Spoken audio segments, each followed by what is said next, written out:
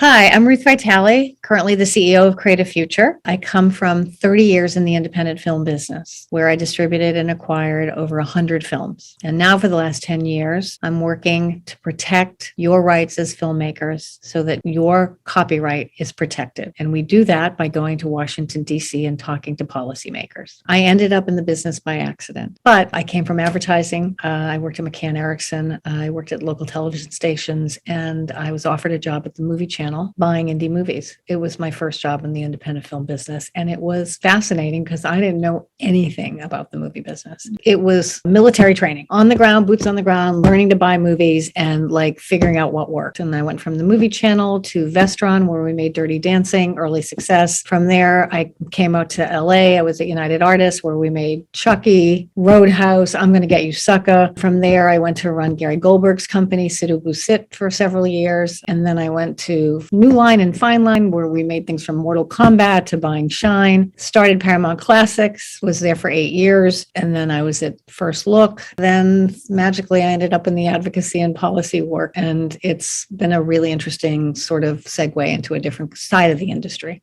Intellectual property is very important. It is copyright for all the work that we do that protects our work. Yeah, there's Tom Cruise. Yes, there's huge directors, but there are thousands of people around them. I think on a Disney movie, if you stay through the end credits, I often say that I think people think that those are imaginary people. There's 2,000-3,000 people that are making those movies, from the animation to special effects and visual effects. And even on a small movie, you have probably at least 100 people. It really does take a village to do what we do. And without the protection of intellectual property of copyright, we couldn't do what we do, because already there's piracy, and without any protections at all, we don't work. No one should be expected to work for free. One of the things I find with students are they're so desperate to get their product, their content, whatever they've produced, seen. They're like, oh, we don't care if someone steals it. We care that people see it. And that's the wrong attitude. The attitude is that you made something that has value. And if it has value, you should insist that people pay for it. As young, aspiring filmmakers,